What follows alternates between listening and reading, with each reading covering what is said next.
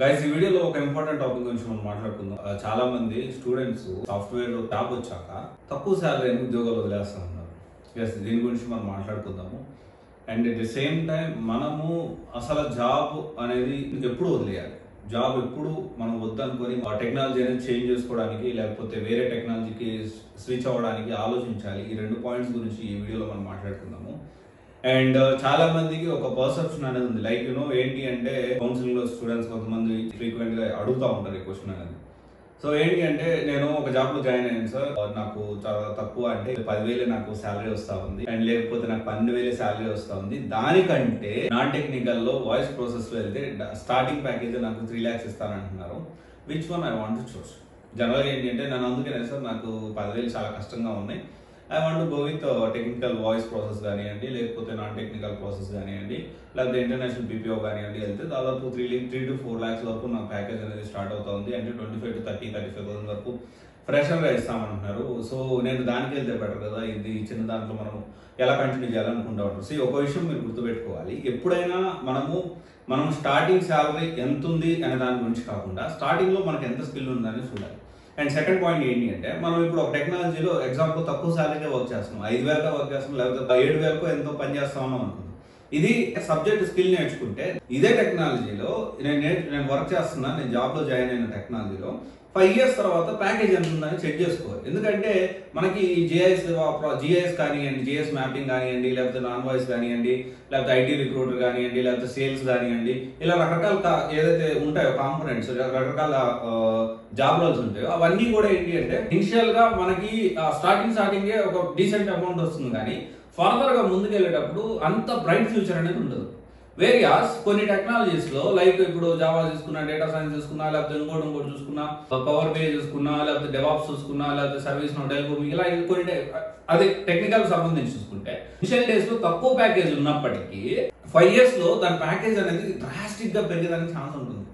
So చాలా మంది తెలియక ఏంటి అంటే ఇనిషియల్ స్టేజ్ లో ఉన్నప్పుడు నేను తక్కువ ప్యాకేజ్ కాబట్టి నేను ఈ జాబ్ వదిలేస్తాను, సో ఇమ్మీడియట్ గా నాకు ఇన్స్టాంట్ గా నాకు 20,000 30,000 వస్తా ఉన్నాయి, నాకు కొంచెం మంచి అమౌంట్ వస్తుంది కదా, నేను దానికి వెళ్తాను అన్నట్లు చాలా రాంగ్ స్టెప్ తీసుకుంటూ ఉంటాను. సో ఇమాజిన్, సో ఒక విషయం చెప్తాను మీకు, నా కెరియర్ స్టార్ట్ చేసింది 6,000 తో. ఓకే, 6,000 తో నా కెరియర్ స్టార్ట్ చేశాను. విత్ ఇన్ 4.5 years లోనే ఐ రీచ్ అరౌండ్ దాదాపు 20 LPA వరకు దాటి వెళ్ళిపోయాను నేను విత్ ఇన్ 4.5 years లోనే. So how it is possible అంటే నేను ఎప్పటికప్పుడు స్కిల్స్ అనేవి అప్గ్రేడ్ చేసుకుంటూ ఉన్నాను, డిఫరెంట్ గా ఆలోచిస్తూ. ఎప్పుడు నాకు ఒక బుక్ ఒకటి మెయింటైన్ చేసాను, ఇప్పుడు కూడా చాలా బుక్స్ మెయింటైన్ చేస్తున్నాను. సో ఇదేంటి అంటే కొత్తగా ఎప్పుడప్పుడు అప్డేట్స్ వచ్చినా ప్రతిదీ చదువుతూ, ఆర్టికల్స్ చదువుతూ, అబ్జర్వేషన్ చేస్తూ, మార్కెట్ లో ఏం జరుగుతుంది, ఎవరేం చేస్తున్నారు. సో ఇలా ఏంటి అంటే ఇప్పుడైతే దీని గురించిన అప్డేట్స్, టెక్నాలజీ అండ్ ఇన్స్టిట్యూషన్ గురించిన అప్డేట్స్ ఎప్పటికప్పుడు నేను చూస్తా ఉన్నాను. బట్ వెన్ ఐఎమ్ వర్కింగ్, నేను వర్క్ చేసేటప్పుడు ఎప్పుడు ఒక బుక్ అనేది మెయింటైన్ చేసామండి. ప్రతిరోజు కొత్త విషయం తెలుసుకోవాలి, అది చిన్నదైనా కావచ్చు, పెద్దదైనా కావచ్చు. ఇలాగా నేను జాబ్ చేసినంత కాలం చాలా విషయాలు నేను నేర్చుకున్నాను. ఎప్పుడు కూడా నాకు ఉన్న రిసోర్సెస్ ని ఎప్పుడు నేను వేస్ట్ చేసుకోలేదు. అండ్ నేను ఏ కంపెనీలోకి వెళ్ళినా, ఆ కంపెనీ చిన్న కంపెనీస్ లో తిరిగే మొత్తం ప్రతి కంపెనీలో దాని బిజినెస్ మోడల్ ఏంటి, ఇన్ అండ్ అవుట్ నేను అబ్జర్వేషన్ చేస్తూ వచ్చాను. దట్ ఈస్ వాట్ ఆ రోజు ఆ విధంగా అబ్జర్వేషన్ చేస్తూ ముందుకు వెళ్తూ ఎప్పటికప్పుడు అప్డేట్ అయ్యాను, స్కిల్స్ నేర్చుకున్నాను. అలా అందుకనే నా ప్యాకేజ్ బెటర్ అయింది. And later on I started my own company అనేది నేను స్టార్ట్ చేయగలిగాను.